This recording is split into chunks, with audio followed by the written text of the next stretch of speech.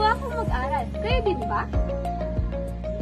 Pag-aralan natin ang mga trivias, facts, and controversies tungkol kay Rizal. At meron tayong mga bisita. Sino nga ba si Pepe? Alam niyo ba kung ano ang buong pangalan ni Jose Rizal? Shane, pwede mo bang sabihin sa kanila kung ano ang buong pangalan ni Jose Rizal? Jose Protasio Rizal Mercado y Alonso Riolonda. Alam niyo ba na siya ay tinatawag din sa pangalang Pepe? Ito ang kanyang pangalan bilang isang manunulat. Salamat, Shane! Ngayon, alamin naman natin kung sino-sino nga ba ang mga kapatid ni Rizal. Saturnina, Passion, Narcisse, Olympia, Lucia, Maria, Jose Rizal, Concepcion, Josefa, Trinidad, Soledad. Antayin natin ang kanilang mga pangalan. Saturnina, Pasiano, Narcisa, Olympia, Lucia, Maria, Jose Rizal, Concepcion, Trinidad. Mas mabilis! Saturnina, Narcisa, Olympia, Lucia, Maria, Jose Rizal,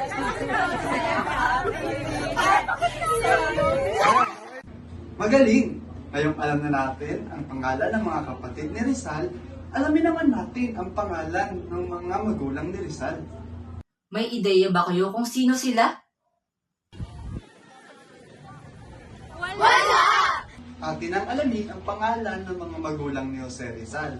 Alexis, maaari mo bang ituro sa amin ang pangalan ng mga magulang ni Rizal? Ang ina ni Jose Rizal ay si Chodora Alonso Riolonda y Quintos. Tinatawag din siya bilang Doña Chodora. Ipinanganak siya noong November 9, 1827. At ang ama naman ni Rizal ay si Francisco Engracia Rizal Mercado y Alejandro. Pinanganak naman siya noong May 11, 1818. Good job! Ngayong alam nyo na ang pangalan ng mga magulang ni Rizal, atin ang dahan-dahang bagitin at ulitin ang pangalan ng magulang ni Rizal.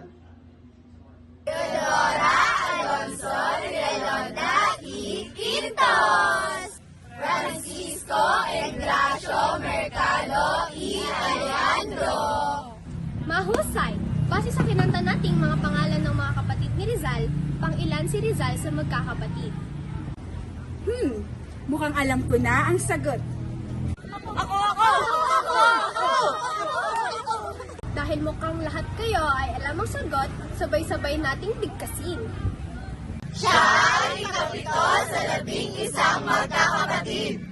Tama nga. Alam mo ba kung kailan pinanganak si Jose Rizal? Ivy, alam mo ba kung kailan siya pinanganak?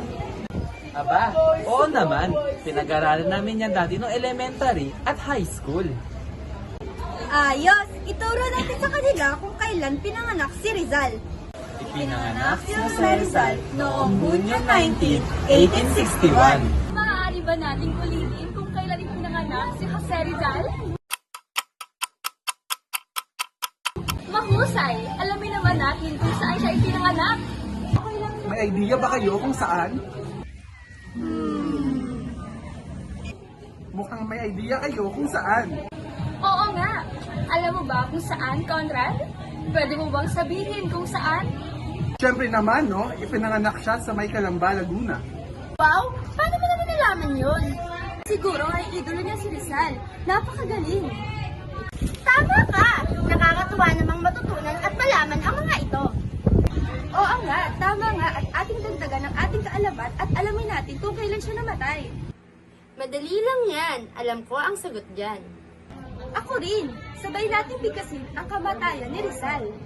Namatay siya noong December 30, 1896. Magaling! Maaari niyo bang banggiting muli kung kailan siya namatay? Napakagaling! Ngayon, alam na natin kung kailan siya namatay. Alamin na rin natin kung saan siya namatay. Tama! Hindi mawawala sa ating aalamin kung saan siya namatay.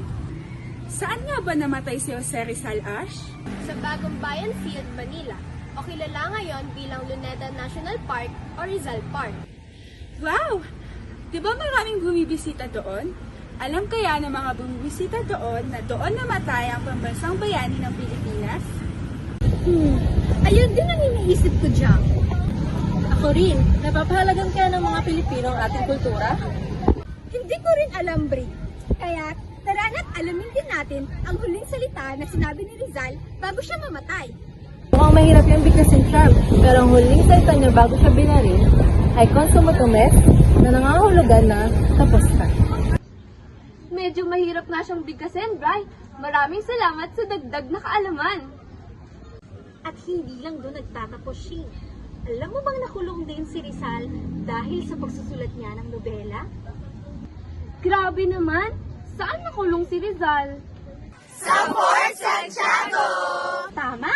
Itinapon siya sa dapitan at 4 na taon ding nakulong doon. Alam niyo ba kung ilan naging kasintahan ni Rizal? Ala, parang marami Balita ko, 7 babae ang naugnay sa kanya. 7 babae? Sino-sino sila? Andyan sina Segunda Katigbat, Leonor Rivera, Consuelo Ortiga, Jose San, Beckett, at Josephine Bracken. Wow! Rizal the Charmer!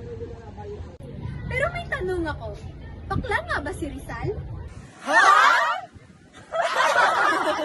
Tala Charm, mukhang kontrobersyal yung tanong mo.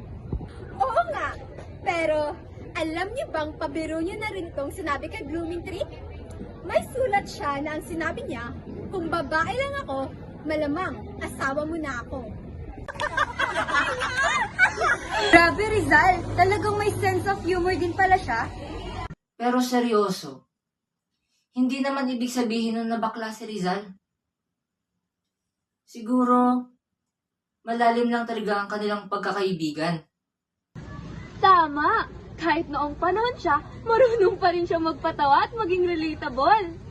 Pero ayon sa pag-aaral, walang ebidensya na bakla si Rizal. Kilala siya bilang mahilig sa babae at gentleman. Tumpak ka dyan. At sa kanyang mga sulat at nobela, makikita mong ang pagmamahal niya sa ating mga kababaihan. Nakakatuwa namang pag-aralan ng buhay ni Rizal. Sana mas mapalalim pa natin ang pagpapahalaga sa ating pambansang bayani. Ngayon, alam na natin ang bawat bahagi ng buhay ni Rizal. Simula sa kanyang pamilya, tagumpay at sakripisyo. Ngunit tuloy naman natin ang ating sarili kung paano nga ba natin mapapalagahan ang mga ginawa niya para sa ating bayan. Tama ka, Mela. Dapat hindi lang natin siya kilalanin bilang isang bayani. Dapat gawin natin siyang inspirasyon para sa ating pangarap, para sa bayan, at para sa pagbabago. Mabuhay si Jose Rizal! Mabuhay